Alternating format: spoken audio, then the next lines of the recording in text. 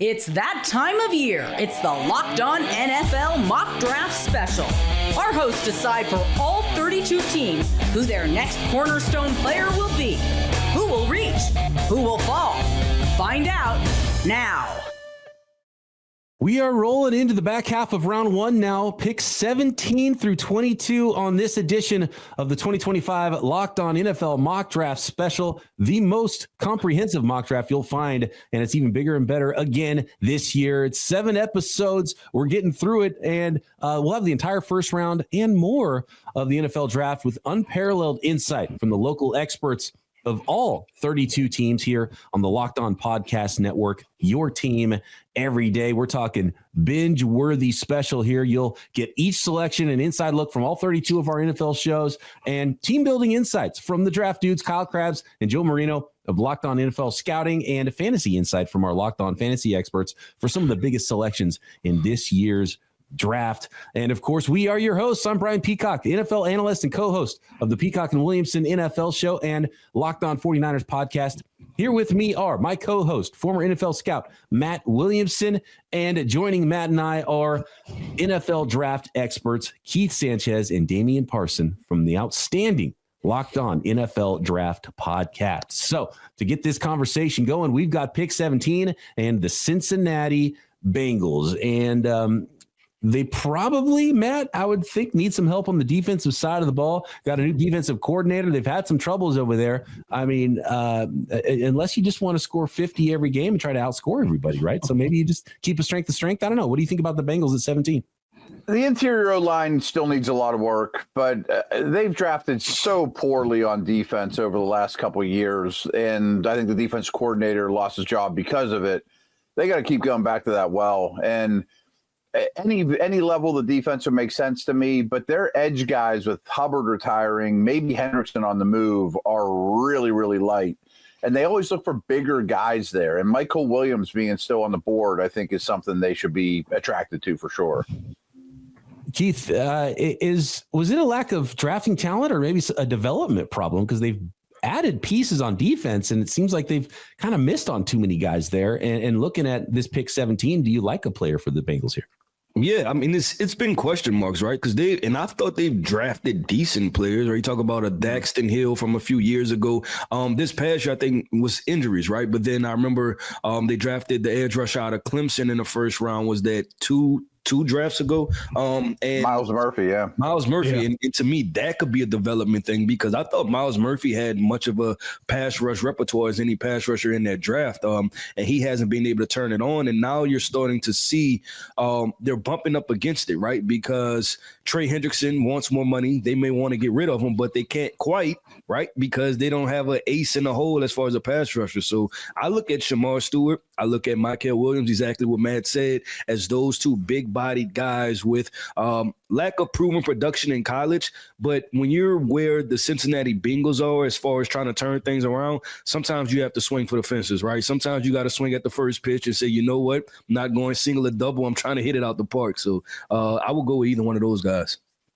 Let's see. The swing is being made. Jake Lisco not wasting any time. He's ready to go with pick 17 for Locked On Bengals in the 2025 Locked On NFL Mock Draft. With the 17th selection in the 2025 Locked On NFL Mock Draft, the Cincinnati Bengals select Walter Nolen, defensive tackle, Ole Miss. The Cincinnati Bengals have a need for a talent infusion on the interior of their defensive line, where they spent 2 premium picks in 2024, but are still looking for an impact 3-down player. And that's who Walter Nolen can be for this team. He has the ability to step on the field right away as a starter who can play all 3 downs, and he has growth left in his profile. But he comes with explosiveness off the snap, a variety of pass rush moves, the ability to, when he's really on, dominate one-on-one opportunities, and he doesn't have to be a liability in the run game either. For those reasons, he fits with what the Bengals need right now in looking for an impact player to add to a defensive front that needs to get more pressure on the quarterback in 2025 and needs to improve as a foundation of their defense. It is Walter Nolen going interior defensive line for the Cincinnati Bengals. And Dame, I know you've been pounding the table for Walter Nolen. Obviously, the talent is there. Do you have any questions about Walter Nolen and his transition into the NFL, and why do you like him so much as a player? I don't really have many questions. I think there's a guy that once you get him into playing the 3-tech, the natural position he needs to play. I think you will see the natural development with him knowing how to consistently win one-on-one and not have to deal with the double teams he dealt with at Ole Miss. Like Jake said, first step quickness, explosiveness. We saw him at the Senior Bowl where you extrapolate him from that defense. You just let him get after it. In one-on-ones, he was nearly unblockable. And for a guy that's 6'4", 32 and some change on the arm, around 300 pounds, his ability to flip his hips and turn after cornering interior offensive linemen is special stuff. And the quickest path to the quarterback, to Lamar Jackson, to whoever is in Pittsburgh, and of course in Cleveland, the quickest way to that is through the interior offensive line. And Walter Nolen gives you that 3-down capability because he can also stop the run, use that arm length and that wingspan to lock guys out, peek and shed. This is a home run hit for me. I think some GMs got to love this area of the draft to be able to get a guy as talented as Walter Nolen still at this point. You guys mentioned Shamar Stewart and his ridiculous athletic ability. Michael Williams is a really projectable, prototype, big defensive end, and those types of players still available in the back half of the first round. This is sort of the strength of where we're starting to see the 2025 NFL draft. And you mentioned it, Damian, and we talked about it with Graham earlier in the first round, a really talented defensive line. Who is the guy that teams are double teaming?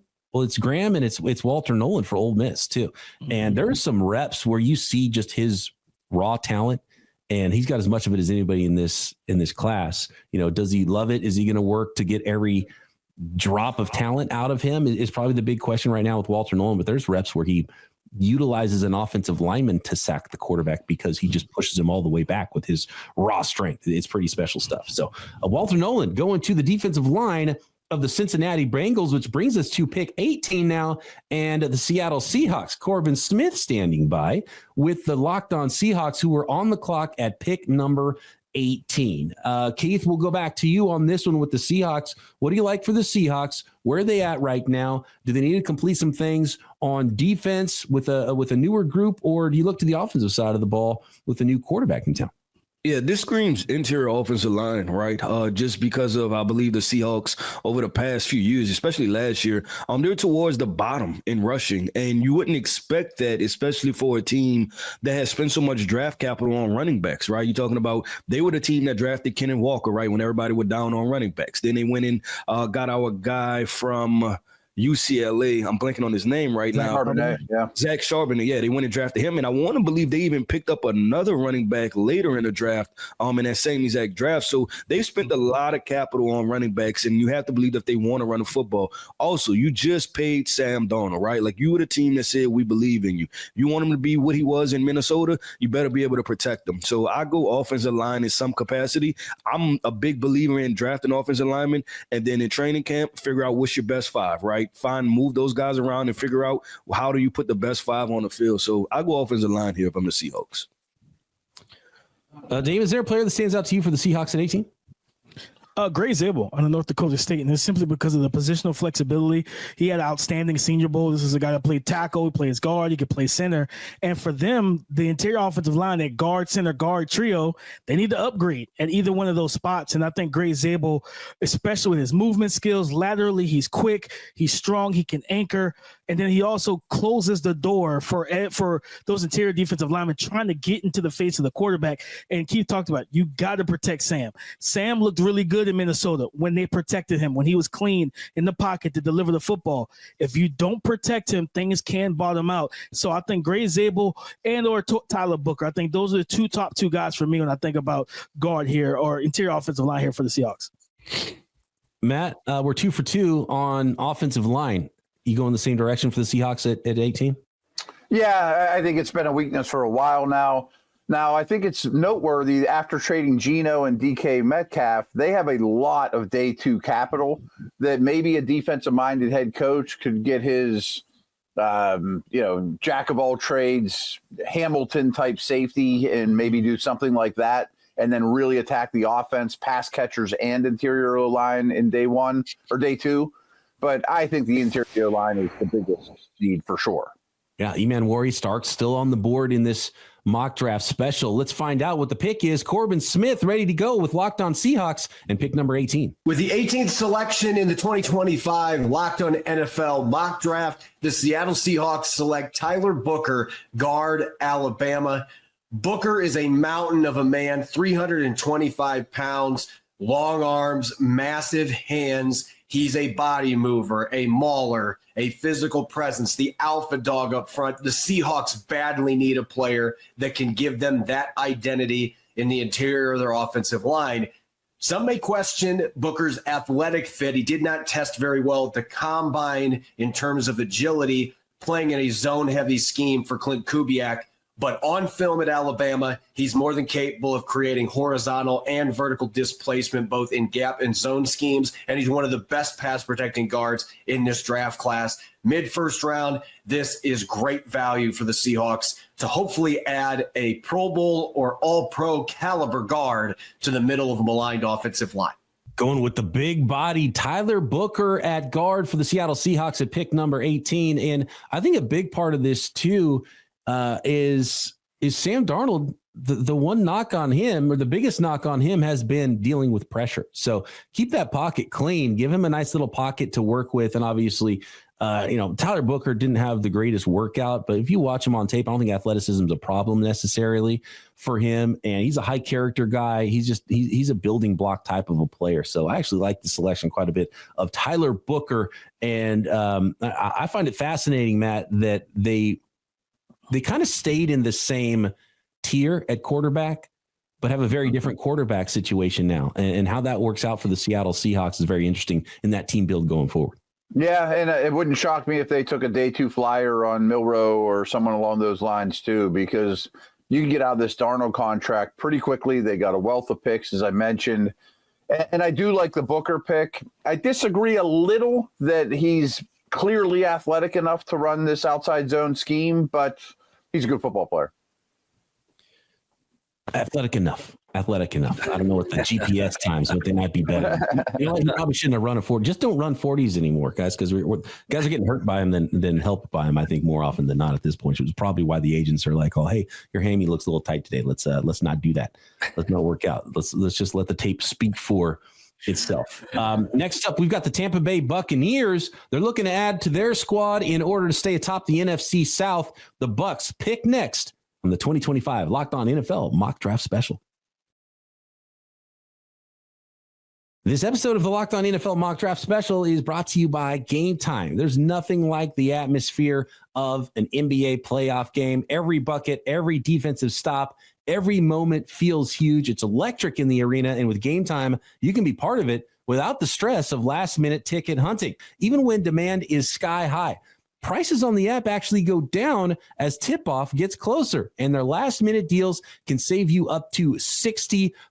And I've used Gametime so many times for football games, baseball games, concerts, comedy shows, theater events. Fantastic last-minute deals. Save up to 60%, and the all-in pricing means no surprise fees at checkout, which is my favorite feature. What you pay is what you get. So take the guesswork out of buying tickets with Gametime. Download the Gametime app, create an account, and use code LOCKEDONNFL for $20 off your first purchase. Terms apply. Again, create an account and redeem code LOCKEDONNFL for $20 off. Download Gametime today. Last minute tickets, lowest price guaranteed.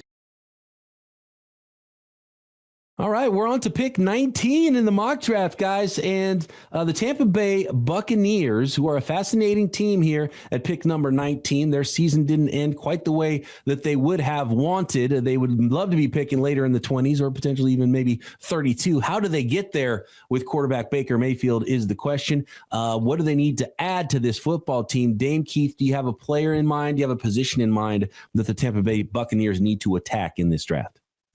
Linebacker or edge, truthfully. Well, I think that's probably the two defensive spots they're good on offense. They have a lot of receivers, tight end. They got two running backs. They got their quarterback. Being able to get after the passer, but also having that second level guy. Levante David isn't getting any younger. Yeah, I look at it and I say, is a sneaky pick here one of those wide receivers, right? Could this be a Emeka Egbuka that we see come off of the board just because of the injuries, right? We seen that this Tampa Bay Bucs offense, I believe, was rolling. And then we had the gruesome injury to Chris Godwin. And then that followed up with Mike Evans being out a couple games too. And that's why they kind of tail it off a little bit. So I wonder if they try to continue to inject youth. Not Teodoro McMillan, Jalen McMillan kind of turned it on a little bit last year, but I wonder if they think about going wide receiver. I mean, if not, I agree with DP. I'll go edge here. The pick is in. James Yarko is ready to go. Locked on Bucs with the 19th selection in the 2025 NFL Mock Draft Special. With the 19th pick in the 2025 Locked On NFL Mock Draft, the Tampa Bay Buccaneers select James Pearce Jr., edge rusher out of Tennessee. Seeing someone with Pearce's talent was too good to pass on at this stage in the game, and the Bucs have struggled at edge over the last few seasons. Even with the addition of Hassan Reddick, the continued growth of Yaya Diaby, the depth there still isn't very strong. Adding Pearce along with Chris Braswell, who is entering his second season, and then Anthony Nelson, who re-signed in free agency, the Bucs have the makings of a solid stable of guys that can get to the quarterback. That's going to allow Todd Bowles to do more in the second and third levels of the defense instead of being forced to use guys like Antoine Winfield Jr., Levante David, Christian Izien constantly coming in on blitzes and trying to generate that pressure that they're just not getting from the natural pass rush. The Bucs won't need Pearce to be a superstar right out of the gate. Instead, he can develop some more while still getting game experience as the second or third guy in the rotation. An absurdly talented human being, James Pearce, the edge rusher out of Tennessee, going to the Tampa Bay Buccaneers here at pick number 19. Matt, what do you think about Pearce and the fit here with the Tampa Bay Buccaneers? I have no qualms with it. I do think defense is most likely. The most chalky pick is Campbell, the linebacker from Alabama, and I think they would have sprinted to the podium for him, let him learn next to Levante David. I also thought safety here, Todd Bowles can get aggressive and creative with that position with blitzers, but they need more pass rush and they need more edge help, so this adds up. Dame, I want to ask you specifically about Pearce because obviously he's fast. And a hilarious story about him at the Combine, he actually ran with like his hoodie on. Now, it's not a big, bulky hoodie or anything like that. Yeah. And he still ran a 4.47. And somebody asked him afterwards, like, man, you didn't even take off your hoodie to run your 40? And he's like, oh, yeah, I didn't even think about it. I didn't even notice. And him being kind of aloof is the thing that is one of the big knocks on him. Like maybe he doesn't think about stuff too hard. Maybe he doesn't work that hard while the rest of his teammates are working super hard. Do you have any issues with Pearce, and does that kind of stuff show up on tape? Like, is there a lack of development for him that you would worry about at the next level? I don't see a lack of development. I think he's still developing. This past season, I saw him, go from just being an outside around the edge rusher to working the kind of Euro step, working crossface pass tackles. Because when you have that type of speed and explosiveness, you're going to force tackles to get deep into their sets, typically. So I think for him, it's just consistently getting stronger, adding more power to his frame. I think it may have been Lane Johnson who said, you can't run around us in the NFL. You kind of have to run through us at some times. I think that's the part of his game I want to see more from him. But he does give you some versatility from being able to work inside, but also on twists and stunts. Tennessee did a decent job of that with him, using him as a looper. And when you have that type of speed and explosiveness, that closing burst, when you get a free run on the quarterback on the inside of the offensive line, could be very, very effective. So I think for him, just adding more power and strength to his frame, and then, of course, getting him into a locker room that makes sure you're going to hold him accountable, make sure he's going to work. Yeah, I'll say this, that the Tampa Bay Bucs sitting at pick 19, drafting James Pearce, right? If you're being totally optimistic, you're saying, you know what, we have as good a chance of anybody else that picked before us to have drafted the best pure edge rusher, right? When you're talking about from a tools and skill sets perspective, because that's what Pearce has. He has the first step explosiveness. He's fluid. He's athletic, obviously by the 4.47. Now it's, can you do the day in and day out work with him as far as maturing him as a young man and then continue to add to him. But at pick 19, I think if you're the Tampa Bay Bucs, you're excited about it. A lot to be excited about that's still on the board here in the 2025 mock draft special. Up next is Cody Rourke with Locked On Broncos with the 20th selection in this draft. Matt, as you look at the Denver Broncos, I know running back is a popular mock pick. Are they at a point with their team build where, I tend to call the running backs the icing on the cake, or is the cake already baked? Are they ready for icing with the Denver Broncos? I think so, especially with a really young quarterback, make his life a little bit easier. Hampton's kind of a slam dunk, chalky pick here, and I would totally understand that. I know that they added Evan Ingram, but Loveland would be really attractive with Sean Payton's offensive mind. I'd love to see him devise ways to get the ball in Luther Burden's hands as well. So some sort of skill position here is attractive to me. You guys see any best player available? Any like what could talk you out of a running back potentially for the Denver Broncos? And is the running back a little smokescreen thing? Because I know that Sean Payton had a little fun with folks and tried to throw people off the Bo Nix scent in last year's draft. Go ahead, Keith. No, I was going to say that if it's not Omarion Hampton, what Matt mentioned, I'm going Colston Loveland. And we know the type of magic that Sean Payton was able to create with Jimmy Graham down in New Orleans, right? With a very similar profile, right, and athleticism. So I'll go Loveland here if it's not Omarion Hampton. And quick nugget, I think his best running back while he was in New Orleans was like a third or fourth round pick in Alvin Kamara. I don't think he needs to draft a guy at 20. As much as I love Omarion Hampton, this is a loaded running back class. Yeah, and there's a lot of guys that can catch the football later in this draft as well. And Sean Payton talked about finding his joker. Could it be Colston Loveland as well? Let's find out. Offense, defense, Cody Rourke ready to go with selection number 20. Locked On Broncos. With the 20th pick in the 2025 NFL Draft, the Denver Broncos take Omarion Hampton, running back out of North Carolina, to pair alongside Bo Nix as he prepares for his second season. The Broncos going all in on offense. This is Cody Rourke, host of Locked On Broncos, and Omarion Hampton right here was the only choice that made sense here in round number 1 for what the Broncos need. They need a running back. They need a game-changing running back. Omarion Hampton has all the tools and the traits to be just that here for Sean Payton. You get a running back who's got 3-down capability, not to mention the ability to receive out of the backfield, an important element for a Sean Payton style of offense. And this immediately boosts an area of the Broncos offense that was weak and has been a weak point for them in the last handful of years. They haven't had a 1,000-yard rusher in quite some time. They haven't had a 100-yard rusher in over 30-plus games. Omarion Hampton gives them an instant boost in this area and could help Bo Nix and the Broncos offense transform in 2025. One of the reasons I don't like running backs early, and Omarion Hampton is a super talented guy, is because does a running back make the running game, right? Or should you be looking at other factors as to why you haven't had 1,000-yard running backs? Obviously, injury and attrition is one of those things. Just from a team building perspective, guys, Dame, Keith, what are your thoughts on round 1 running backs, and what is Omarion Hampton as an NFL running back? I'm fine with round 1 running backs. I feel like if you're a team, to me, if you're a bad team, don't do it. We watched the Panthers draft CMC.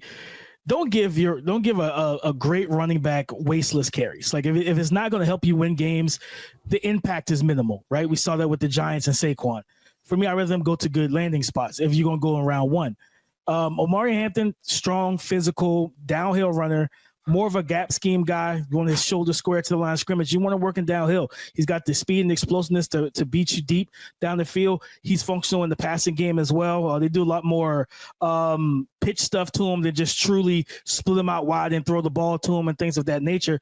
But with his build at 6 foot, 220, 4.4 speed, you kind of want that into the offense. I still would have probably leaned Colston Loveland here just because Evan Ingram's not much of a blocker. He's probably more of a slot F flex, and the depth behind him is not great either. I would have went Colston Loveland, but Omarion Hampton gives him that bell cow type of runner.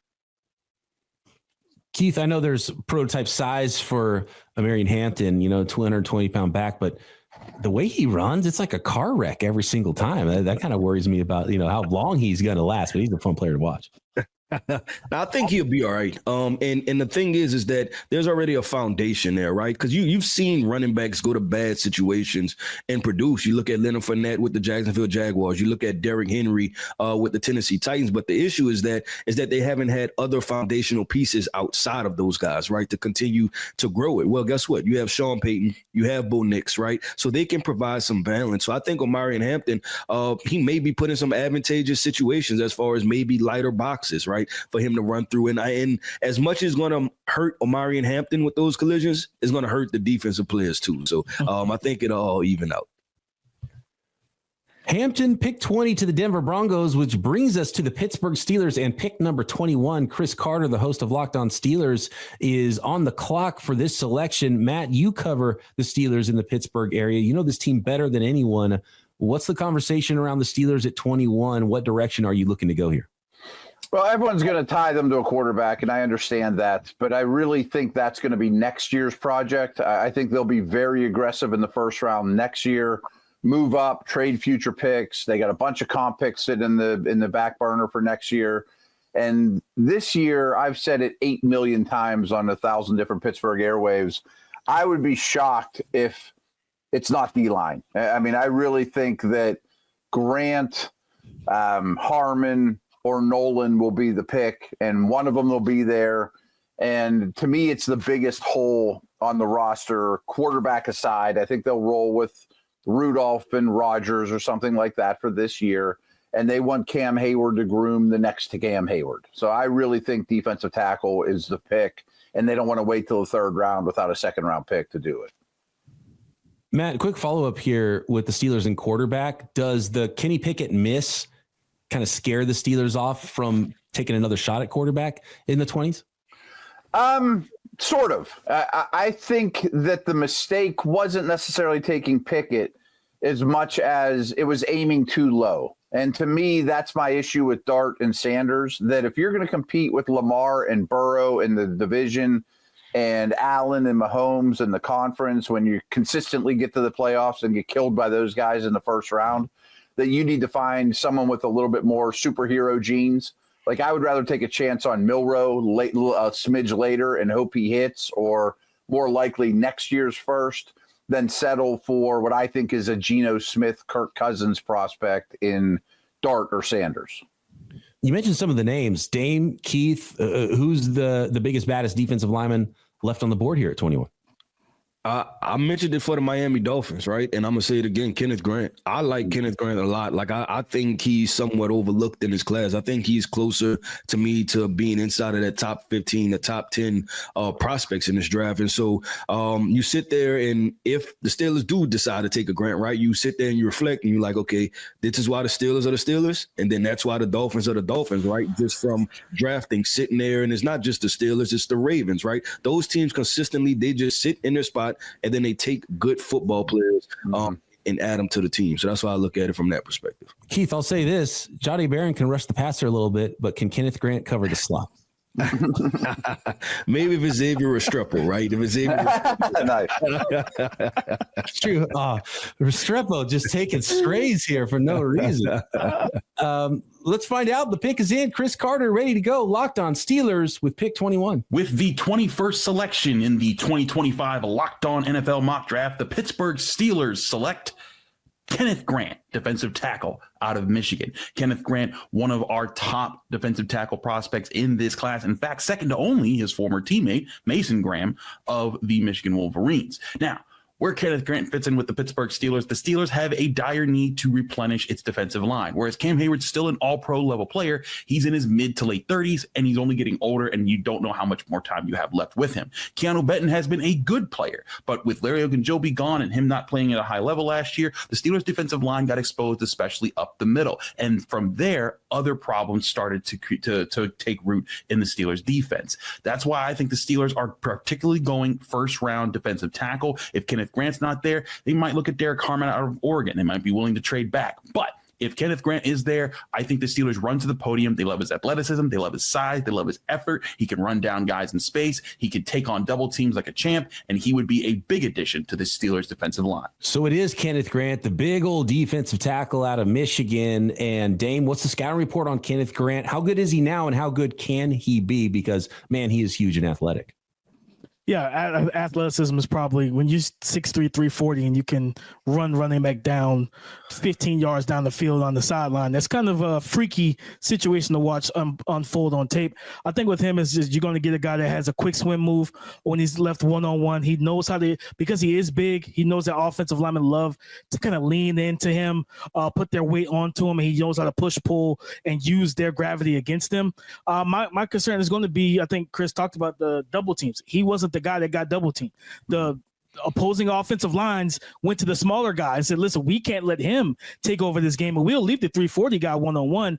If he's drafted to be a true nose tackle, I'm going to be interested to see how he handles being game planned for with the center guard tandem blocks game in and game out, because you know you're going to have to deal with that playing nose. Yeah, I'll say this. I think Hayward, right? I think Hayward, and Matt, you can attest to this, right? He's a locker room guy. I don't think he's going to let anybody walk in that room and be soft, right? Like that part is not happening. And then secondly, just with the Graham and Grant situation, I think that people are trying to, it's one or the other, right? Like it's you either like Graham or you like Grant. Well, why can't they both be good, right? Like I was at LSU and Justin Jefferson and Jamar Chase, and everybody was like, well, which one is better? Both of them are great, right? That's the answer. So I just like both guys. I think both are talented. I mean, like when the Steelers drafted Herbig out of Wisconsin, he followed TJ Watt around at training camp like a puppy. Grant, just go do what Cam's doing. You'll be fine, you know? All right, next up, we're going to finish up this episode with pick number 22, and the Los Angeles Chargers trying to keep up in the AFC West after an 11-win season in Jim Harbaugh's first year. Let's find out how they help themselves in the 2025 Locked On NFL Mock Draft Special next. This episode of the Locked On NFL Mock Draft Special is brought to you by LinkedIn Jobs. As a small business owner, your work doesn't end when the clock hits 5. Your business is always on your mind, which means when it's time to hire, you need a partner that works just as hard as you do. That's where LinkedIn Jobs comes in. When you clock out, LinkedIn clocks in. LinkedIn makes it easy to post your job for free, share it with your network, and get qualified candidates all in one place. If it was just that easy for NFL teams to find the exact right candidate for all the positions they're trying to fill. And when you post your job, LinkedIn's new features can help write job descriptions, quickly get your job in front of the right people with deep candidate insights. And here's a pro tip: add the hiring frame, the hashtag hiring frame to your profile picture to double your reach to qualified candidates. No wonder 72% of small businesses say LinkedIn helps them find high quality hires. So post your job for free at linkedin.com/lockedonnfl. That's linkedin.com/lockedonnfl to post your job for free. Terms and conditions apply. We're on to pick 2022 in the 2025 NFL mock draft. And a popular pick here is another Michigan man for Jim Harbaugh to the Los Angeles Chargers at 22. Tight end Colston Loveland, still available, still on the board as we await the selection here for Daniel Wade, who's going to make the pick for Locked On Chargers. And I know we talked about Colston Loveland already a few times. Dame, let's go to the scouting report on him first. And if it is indeed Loveland here, and I know you believe he is a first-round player, is he because I know he played for Harbaugh, so it's weird for me to say maybe he's not a fit for Harbaugh, but you know, Harbaugh showed us last year that he wants a big man before he wants a fast man on that football team, right? And he went offensive line over wide receiver. Could he shock the world here and skip on his Michigan product and go with, say, a defensive lineman or a bigger player rather than maybe a tight end whose best asset isn't blocking? I mean, they do have a need a defensive tackle, so you could potentially see Derek Harmon here. And with Jim Harbaugh. He is always a wild card, so you never know what could happen with him at the reins. But I do think that he looks at that situation of, I need a tight end. I need another playmaker for my quarterback. It was Ladd McConkey, and that was it against Houston in the playoffs. They need to get another guy. Quentin Johnson is coming along, but he's still dealing with the drops. They don't have a tight end, and I think to play in this offense, not just for Harbaugh, but remember, Greg Roman's the OC. You got to block in the run game too. And Colston Loveland playing at Michigan, they threw the ball probably 15 times a game with J.J. McCarthy. He knows how to run block. He knows what it takes to play in the offense that is led by Jim Harbaugh.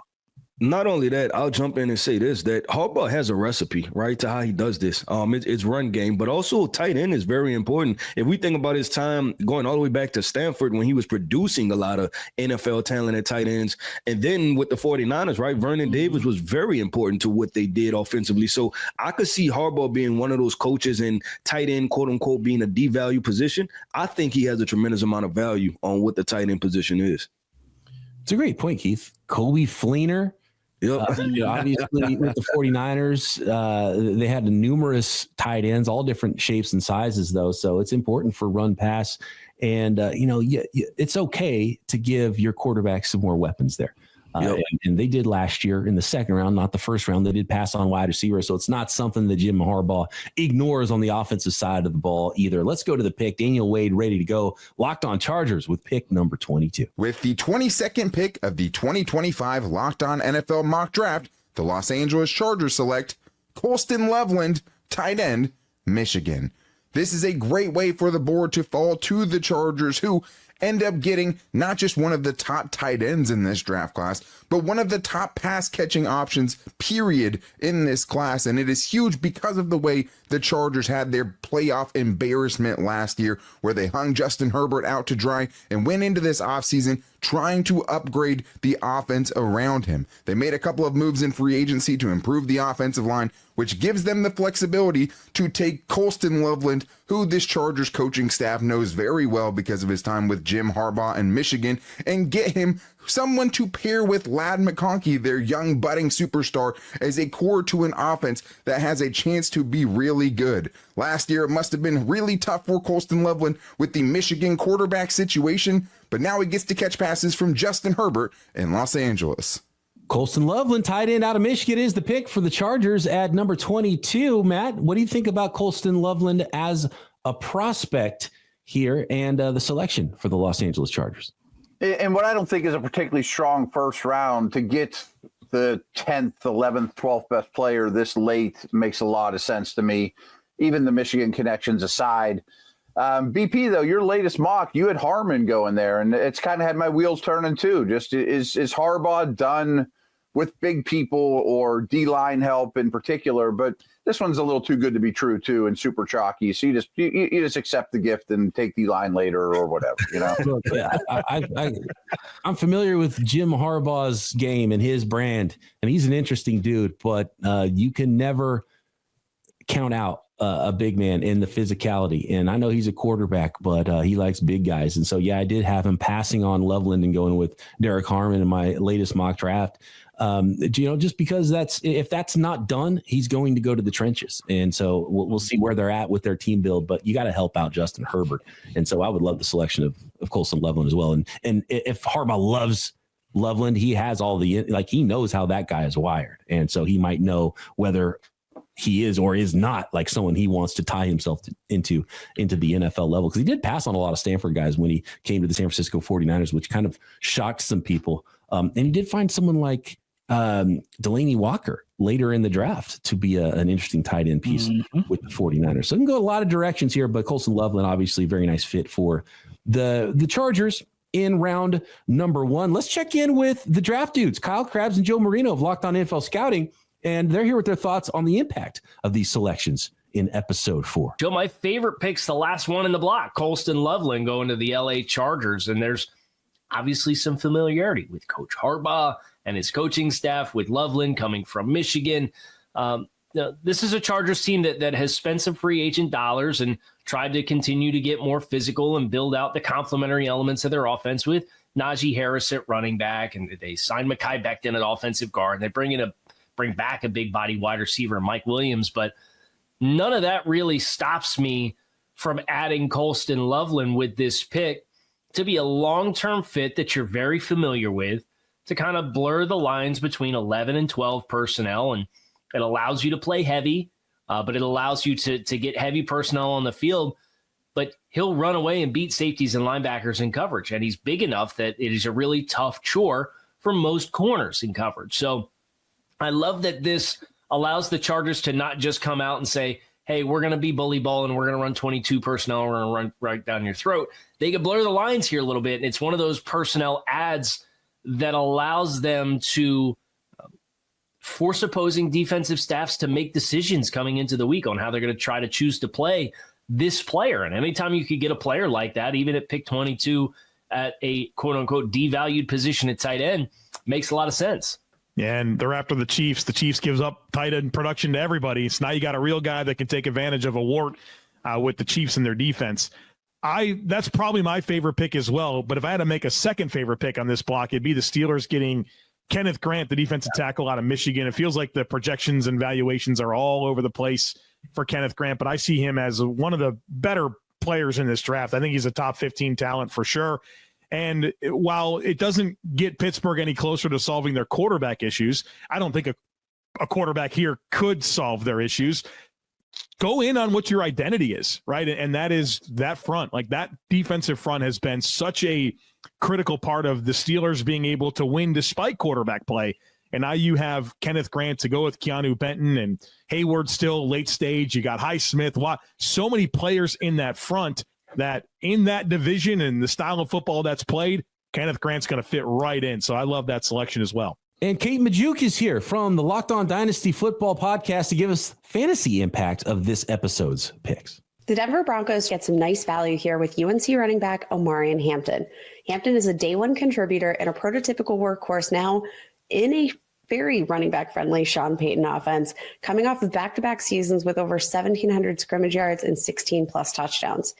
Since Sean Payton became a head coach back in 2006, there have been 14 instances of a running back totaling 200 plus touches in his offense. So yeah, Sean Payton is a guy that is not afraid to feed his RB1 in his offense. Hampton's blend of size, athleticism, play strength, and contact balance could yield top 12 production at the position, even as a rookie. Next up, let's talk about Michigan tight end Colston Loveland to the Los Angeles Chargers. A fantastic fit. I promise you will not want to let all the hype for Tylan Ward distract you from Loveland's massive upside for fantasy. Coming in at 6'6" and 249 pounds, Loveland will provide his future quarterback with a massive target over the middle of the field with elite separating ability that is truly unique for his size and frame. The good news for fantasy football managers, he really is more of a big-bodied receiver than he is a traditional tight end, and his usage at Michigan backs that up. Loveland played just 32.5% of his snaps last season as a traditional inline tight end, running the majority of his routes out of the slot or even split out wide. He was set up to pass block on just 2.6% of his snaps on passing downs played, the fourth lowest rate among all tight ends last year with 25 or more targets. Unfortunately, Loveland suffered a season-ending shoulder injury that he's continuing to rehab throughout the offseason, though he is expected to be ready for training camp. Fantasy football managers and redraft leagues might not get to enjoy his upside right away because of this. However, fantasy football managers and keeper dynasty leagues should be all in on this tight end because once he's back to 100% from injury, Loveland has top 5 receiving upside at this position for the years to come, especially with Justin Herbert at quarterback and plenty of room for a big role in a Greg Roman offense. Well, that does it for this episode of the Locked On NFL Mock Draft Special. On to the Green Bay Packers, who are coming up next at pick number 23. And I do happen to know that some trade winds have been blowing, and there have been some offers and some moves that were not quite consummated so far, but I got a feeling something is coming here to end the first round in the 2025 Mock Draft Special. And of course, you can find all of the episodes of this Mock Draft Special on the Peacock and Williamson NFL Show, Locked On NFL Draft, and Locked On NFL podcast feeds. For Matt Williamson, Damian Parson, and Keith Sanchez, I'm Brian Peacock. We'll see you for the rest of the first round, starting with pick 23 next on the Locked On NFL Mock Draft Special, part of the Locked On Podcast Network, your team every day.